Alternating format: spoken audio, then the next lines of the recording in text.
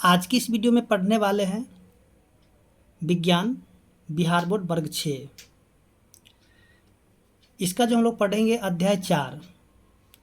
तो देखिए, इसका अध्याय 1 से लेकर के 3 तक को हमने पढ़ लिया था और जितने भी प्रश्न उत्तर था सभी को हल भी कर लिया था। अगर आप नहीं देखे तो आप देख सकते हैं, आपको जो लिंक इसी वीडियो के डिस्क्रिप्शन में मिल जाएगा, वहाँ से देख सकते हैं। तो देखिए, यहाँ जो दिया गया है अध्याय 4 में विभिन्न प्रकार के पदार्थ।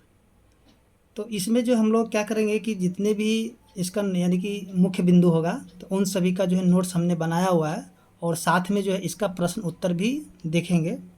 और अगर आपको वीडियो अच्छा लगेगा तो वीडियो को लाइक कीजिएगा, चैनल को सब्सक्राइब कीजिएगा। तो चलिए हम लोग स्टार्ट करते हैं। तो सबसे पहले यहाँ से देखते हैं। देखिए, हमारे चारों ओर जितने भी वस्तुएं हैं सभी पदार्थ से बने हैं। ठीक है, हमारे चारों से यहाँ पे और छूट गया है तो यहाँ पे और कर लेते हैं। हमारे चारों ओर जितने भी वस्तुएं हैं सभी पदार्थ से बने हैं। इन पदार्थों में प्रत्येक के आकार, प्रकार, संरचना, अवस्थाएं भी अलग अलग होती है, परंतु कुछ समान अवस्था में भी पाए जाते हैं। ठीक है, आगे जो है अवस्थाओं के आधार पर पदार्थ को 3 भागों में विभाजित किया गया है। पहला हो गया ठोस, दूसरा है द्रव और तीसरा क्या हो जाएगा, गैस। अब इन तीनों को जो है हम लोग बारी बारी से पढ़ते हैं। तो देखिए, जैसे कि हम लोग सबसे पहले देखेंगे ठोस को। देखिए, ठोस क्या होता है। ठोस जो होता है पदार्थ की वो अवस्था होता है जिसमें उस पदार्थ के आकार एवं आयतन दोनों निश्चित होते हैं। ठोस क्या होगा, ठोस पदार्थ की वह अवस्था होती है जिसमें उस पदार्थ के आकार एवं आयतन दोनों ही निश्चित होते हैं, जैसे कि लकड़ी, लोहा, पीतल, बर्फ इत्यादि। देखिए, लकड़ी का भी जो है ना आकार और आयतन दोनों क्या होगा, निश्चित होगा। लोहा का भी आकार और आयतन दोनों ही निश्चित होगा। उसी तरह से पीतल, बर्फ, इस सब का आकार और आयतन दोनों ही निश्चित होता है। ठीक है, तो वैसे पदार्थ को हम लोग ठोस कहते हैं। इसके बाद जो है द्रव। देखिए, द्रव में क्या दिया गया है। द्रव जो पदार्थ की वह अवस्था होती है जिसमें उस पदार्थ का आयतन तो निश्चित होता है किंतु उसका आकार निश्चित नहीं होता है। यानी कि द्रव क्या होगा, द्रव जो पदार्थ की वह अवस्था होगा, इसका आयतन एकदम फिक्स है। ठीक है, यानी कि निश्चित है, लेकिन उसका आकार जो निश्चित नहीं होता। जैसे कि हम लोग बात कर लेते हैं जल यानी पानी की, दूध की, तेल की, शहद की, पारा का। तो देखिए, इसको हम लोग जिस चीज़ में भी रखेंगे तो वो क्या करेगा कि वो उसी के आकार का हो जाएगा। अगर हम लोग पानी को अगर कटोरे में रखेंगे तो वो पानी क्या होगा, कटोरे के आकार का हो जाएगा। ठीक है, यानी कि जिसमें हम लोग रखेंगे वो उसी के आकार का बन जाएगा। इसलिए कहता है यहाँ पे जो है ना, इसका आकार निश्चित नहीं होता है। ठीक है, आयतन तो ठीक है, अगर 1 लीटर पानी है तो 1 लीटर ही रहेगा। ठीक है, वो कम नहीं होगा, लेकिन इसका जो आकार यानी कि जिसमें अगर बोतल में अगर पानी को रखें तो बोतल के आकार का हो जाएगा, यानी कि जिसमें रखेंगे वो उसी प्रकार का हो जाएगा।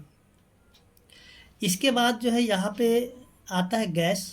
देखिए, गैस जो था पदार्थ की वह अवस्था होता है, ना तो इसका आकार निश्चित होगा और ना ही आयतन, यानी कि दोनों के दोनों क्या होगा, अनिश्चित होगा।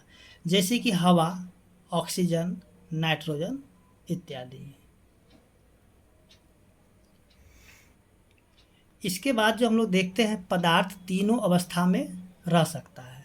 ठीक है, पदार्थ क्या होगा, तीनों अवस्था में रह सकता है। जैसे कि हम लोग देखते हैं यहाँ पे ठोस, यानी कि अगर हम लोग कोई बर्फ़ ले लेते हैं। ठीक है, जब बर्फ़ को हम लोग गर्म कर देते हैं, अगर हम लोग बर्फ़ ले लेते हैं, यानी कि पानी जो होता है ना, पानी तीनों ही अवस्था में पाया जाता है। ठीक है, अगर हम लोग बात करें बर्फ़ का तो बर्फ़ क्या होता है, ठोस होता है। ठीक है, बर्फ़ क्या होगा, ठोस होगा। जब हम लोग बर्फ़ को गर्म कर देंगे ना तो क्या बन जाएगा, द्रव बन जाएगा। अब जब द्रव को फिर से गर्म करेंगे तो क्या हो जाएगा, गैस बन जाएगा। ठीक है, और गैस बनकर ये उड़ेगा। फिर से इसको हम लोग उल्टा करेंगे, यानी गैस को जब हम लोग ठंडा करेंगे तो क्या हो जाएगा, द्रव हो जाएगा, यानी कि इसको हम ठंडा कर देते हैं। जब हम लोग इसको ठंडा करेंगे तो क्या होगा, द्रव बनेगा। फिर से द्रव को जब हम लोग ठंडा करेंगे, यानी कि अगर इसको हम लोग फ्रिज में रख देंगे, फिर से वो क्या हो जाएगा, बर्फ़ के आकार का हो जाएगा, यानी कि बर्फ़ बन जाएगा। ठीक है, तो इसी तरह से हम लोग देखते हैं, यानी कि यहाँ जो पानी होगा, पानी जो है तीनों ही अवस्था में पाया जाएगा। इसके बाद जो है पदार्थ के जो कुछ गुण हैं, जैसे कि यहाँ पे दिया गया है, तो हम लोग यहाँ पे समझते हैं। देखिए, सबसे पहले यहाँ पे दिया गया है कठोरता। कठोरता क्या होता है, देखिए, कठोरता वैसे पदार्थ होते हैं जिन्हें आसानी से संपीड़ित यानी कि दबाया नहीं जा सकता है। ठीक है, संपीड़ित मतलब होता है कि दबाया, यानी कि नहीं दबा सकते हैं, सॉरी, यहाँ पे दबा, संपीड़ित मतलब दबाया। ठीक है, तो जिसको हम लोग आसानी से नहीं दबा सकते हैं, वो क्या होते हैं, वो कठोर पदार्थ कहलाते हैं, यानी कि कठोरता कहलाती है। ठीक है, जैसे कि लोहा हो गया, कुर्सी हो गया, टेबल हो गया इत्यादि। यानी कि लोहा को हम लोग दबा नहीं सकते हैं, कुर्सी को भी नहीं दबा सकते, फिर टेबल को भी नहीं दबा सकते हैं। इसके बाद जो है अगला जो बिंदु है, यानी कि कोमल। ठीक है, कोमल क्या होगा, वे पदार्थ जिन्हें आसानी से संपीड़ित यानी कि दबाया जा सकता है, उसे हम लोग क्या कहेंगे, कोमल कहेंगे। ठीक है, जैसे कि रुई। देखिए, रुई को हम लोग बहुत ही आसानी यानी कि आसान तरीके से दबा सकते हैं, या फिर स्पंज हो जाता है, उसको भी हम लोग आसानी से दबा सकते हैं, मोम को भी दबा सकते हैं।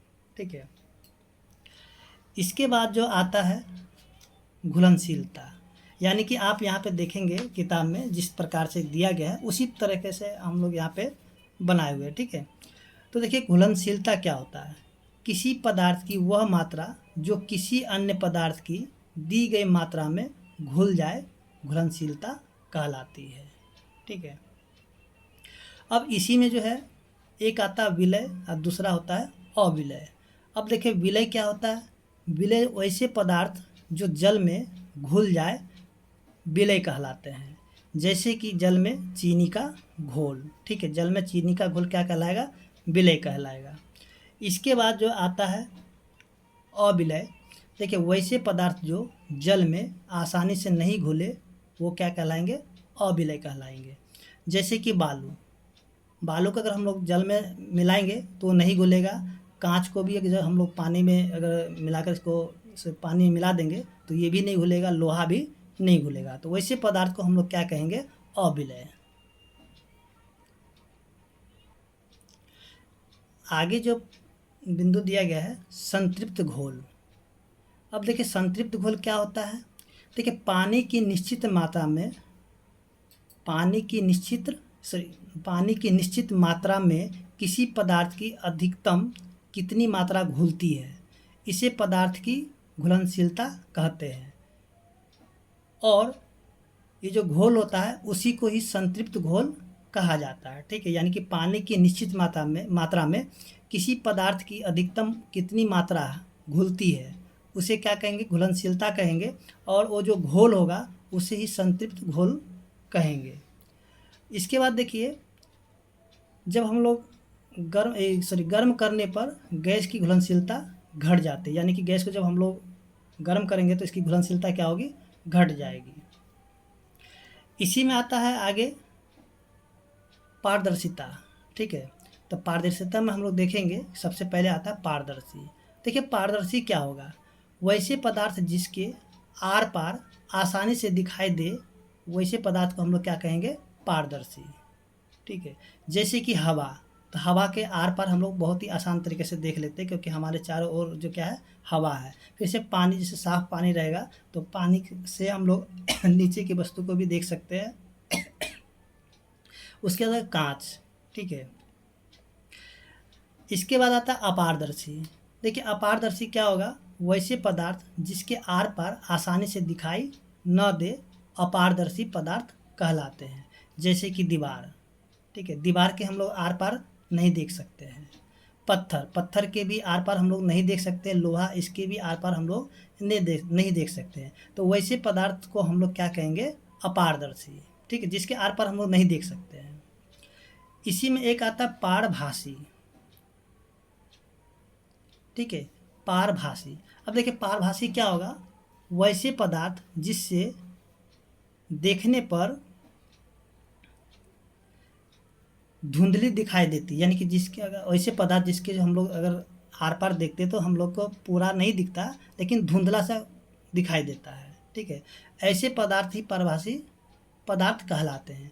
जैसे कि तेल लगा हुआ कागज़, ठीक है, तेल लगा हुआ कागज़ का आर पार हम लोग देखेंगे तो पूरा तो नहीं दिखाई देता, लेकिन हल्का सा, जैसे हम लोग उसके ऊपर अगर रोशनी मारेंगे तो क्या होगा, वो तेल लगा हुआ कागज़ के आर पार थोड़ा सा बिंदु दिखाई देगा, ठीक है।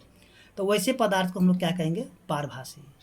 इसके बाद जो घिसा हुआ कांच हो गया या शीशा, ठीक है, ये भी क्या हो जाएगा, पारभासी के उदाहरण हो जाएंगे। इसके बाद आता है उत्प्लावकता। अब देखिए ये क्या होता है, जब किसी वस्तु को पानी में डुबोते हैं तो उस पर पानी द्वारा ऊपर की ओर एक बल लगाया जाता है, यानी कि जब उसको हम लोग डुबाते हैं तो नीचे से एक क्या होता है, बल लगता है, ठीक है, जिसे उत्प्लावन बल कहते हैं। तथा यह क्रिया क्या कहलाएगी, उत्प्लावकता, ठीक है। तो इस तरीके से हम लोग देखते हैं, जो कि अध्याय 4 है वो यानी कि समाप्त हो चुका है। जो भी मुख्य बिंदु था उन सभी को लिख लिया है। अब आगे जो इसका हम लोग देखते हैं, जो कि प्रश्न उत्तर होगा। सबसे पहले हम लोग यहाँ से देखिए, यहाँ पे जो दिया गया है इसमें से जो कुछ नए शब्द दिया गया, यानी कि वर्ड मीनिंग दिया गया है, तो आप लोग क्या कीजिए, ये जो वर्ड मीनिंग है इन सभी को याद कर लीजिएगा। और यहाँ पे जो है, जो भी हमने पाठ में सीखा था, तो यहाँ पे इसका मुख्य बातें यहाँ पे दी गई है, तो आप इसको भी याद कर सकते हैं, ठीक है। तो चलिए हम लोग यहाँ पे अब शुरू करते हैं, जो कि दिया गया है प्रश्न संख्या 1 में, रिक्त स्थानों की पूर्ति कीजिए, ठीक है। तो इसका जो हमने उत्तर यहाँ पे लिखा हुआ है, ठीक है, तो आप यहाँ पे देख सकते हैं, आप इसको देख करके इसमें भर भी सकते हैं। तो चलिए हम लोग यहाँ पे पढ़ते हैं और इसको बारी बार से भरते हैं। देखिए, जल में चीनी क्या होगा, विलय होगा, ठीक है। यहाँ पे इसका उत्तर क्या हो जाएगा, विलय। अब कहता है डैश पदार्थ से होकर प्रकाश अंशतः पार करता है, तो कौन से पदार्थ होगा जिससे होकर के प्रकाश अंशतः पार कर देगा, तो ये हो जाएगा पारभासी, क्योंकि पारभासी के जो है हम लोग आर पार आसानी से देख सकते हैं, ठीक है। कुछ गैसें जल में डैश होते हैं, यानी कि विलय होगा, ठीक है। इसमें क्या भरेंगे, विलय।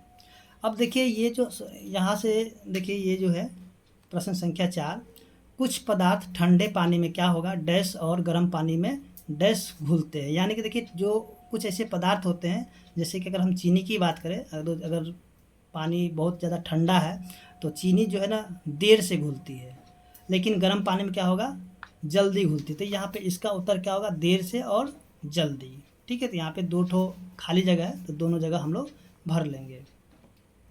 इसके बाद जो इसी में हम लोग देखेंगे, जो कि दिया गया स्तंभ अ को स्तंभ ब से मिलान करना है। देखिए, स्तंभ अ और स्तंभ ब में सबसे पहले जो दिया हुआ विलय, तो देखिए विलय को जो हम लोग यहाँ पे जल यानी कि 1 नंबर में मिला देंगे। यहाँ पे हम लिख दिए हैं 1 नंबर, ठीक है। देखिए अविलय, अविलय क्या होगा, तो अविलय यानी कि जो नहीं घुलेगा उसे हम लोग अविलय कहेंगे। तो देखिए लोहा और रेत जो होगा ना, ये नहीं घुलते, तो इसलिए ये क्या हो जाएगा, अविलय। तो इसका उत्तर यानी कि 2 नंबर वाले का उत्तर ये वाला हो जाएगा, ठीक है। इसके बाद जो है, जैसे घोलक विलायक क्या होगा, घोलक विलायक यानी कि नमक और चीनी हो जाएगा। नमक चीनी क्या हो जाएगा, घोलक और विलायक है, यानी कि इसको जब हम लोग जल में मिलाएंगे तो ये क्या हो जाएगा, यानी कि घुल जाएगा, ठीक है।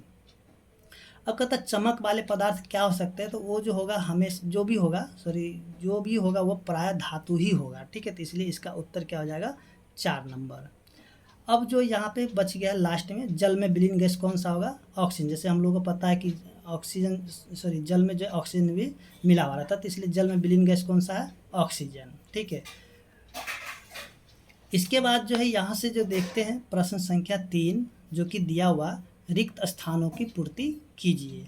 कहता है वे पदार्थ जो आसानी से दबाए या खरोचे जा सकते हैं वो क्या कहलाएंगे। तो यहाँ पे देखिए, एक होगा कोमल और दूसरा है कठोर, तो इसका उत्तर जो हो जाएगा कोमल हो जाएगा, ठीक है। तो हम लोग कोमल पे टिक कर लेंगे। इसके बाद जो है, हमारे हाथ में तेलीय पेंट या फिर अलकतरा लग जाता है तो उसको हम लोग किससे छुड़ाते हैं, यानी कि साफ़ करते हैं। तो जल से तो साफ़ होगा नहीं, तो वो किससे होगा, केरोसिन तेल से हो जाएगा, ठीक है। इसका उत्तर क्या होगा, केरोसिन तेल। प्रश्न संख्या 3 जो दिया गया है, वे पदार्थ जिनसे होकर के वस्तुओं का देखा जा सकता है, तो क्या होगा। देखिए पारदर्शी ही होगा, क्योंकि अपारदर्शी से हम लोग आर पार नहीं देख सकते हैं। इसके बाद जो प्रश्न संख्या 4 है, वे पदार्थ जिनसे होकर के वस्तुओं को नहीं देखा जा सकता है, तो इसमें क्या हो जाएगा, अपारदर्शी। अपारदर्शी के आर पार हम लोग नहीं देख सकते कोई भी वस्तु को, ठीक है। अब जो है पानी पर तैरने वाली वस्तुएं डैश तथा पानी में डूब जाने वाली वस्तुएं डैश होती है। देखिए पानी में जो तैरने वाली वस्तु क्या होगा, एक होगा हल्की, यानी कि यहाँ पे भरेंगे हल्की, और दूसरे में भर देंगे भारी। यानी कि यहाँ पे दो ही ऑप्शन दिया हुआ है, तो पहले में क्या होगा हल्की और दूसरे में क्या हो जाएगा भारी। इसके बाद जो है प्रश्न संख्या 4, देखिए यहाँ जो दिया गया है, निम्न में कोमल पदार्थ कौन है। साबुन दिया, तो देखिए साबुन तो ठोस होता है। उसके बाद देखिए रबर, रबर रबर इसका उत्तर हो जाएगा, ठीक है। लकड़ी तो होगा नहीं, लोहा भी नहीं होगा, तो कोमल पदार्थ में क्या हो जाएगा रबर।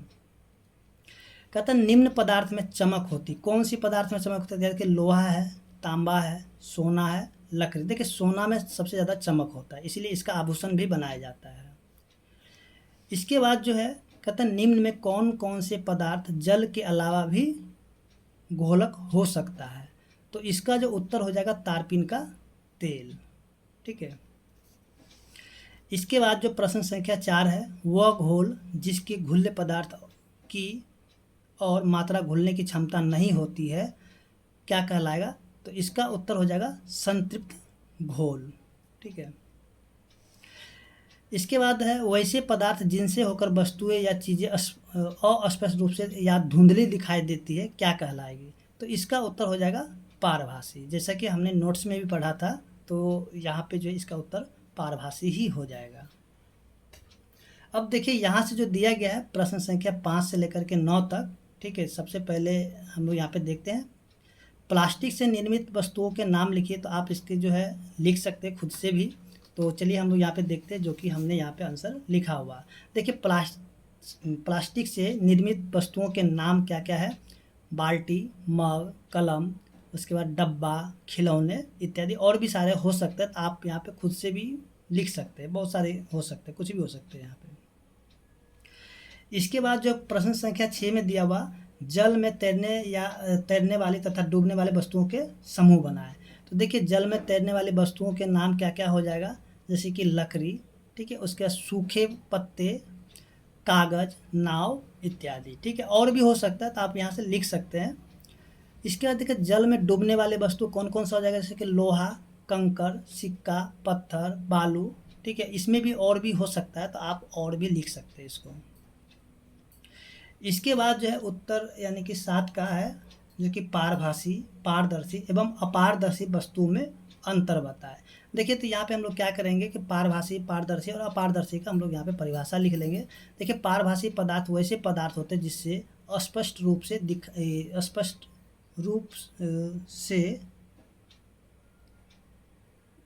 रूप से नहीं बल्कि धुंधली दिखाई देती है। लेकिन पारदर्शी पदार्थ में क्या होगा, वैसे पदार्थ होते हैं जिससे आर पार आसानी से दिखाई देता है। उसके बाद जो अपारदर्शी पदार्थ क्या है, कि वैसे पदार्थ होते हैं जिसके आर पार दिखाई नहीं देते हैं, ठीक है। इस प्रकार से आप इसका उत्तर लिख सकते हैं। इसके बाद जो प्रश्न संख्या 8, देखिए प्रश्न संख्या 8 में दिया हुआ विलय एवं अविलय से आप क्या समझते हैं। तो यहाँ पे हम लोग क्या करेंगे, विलय और अविलय को यानी परिभाषा लिख देंगे। जैसे कि विलय क्या होगा, जो जल में पूर्ण रूप से घुल जाए वह विलय कहलाते हैं, और जो जल में पूर्ण रूप से नहीं घुले अविलय कहलाते हैं, ठीक है। इस तरीके से हम लोग लिख सकते हैं। इसके बाद आता है संतृप्त घोल किसे कहते हैं, ठीक है। और उदाहरण दीजिए। तो यहाँ से क्या हो जाएगा, वह पदार्थ जो पानी की निश्चित मात्रा में घुलती है उसे घुलनशीलता कहते हैं, और इन घोलों को संतृप्त घोल कहते हैं, ठीक है। तो इस तरीके से हम लोग देखते हैं, जो कि इसका उत्तर यानी कि पूरा अध्याय यानी कि समाप्त हो चुका है, और उम्मीद करते हैं कि आपको समझ में आ गया होगा। तो हम लोग मिलते हैं अगले वीडियो में।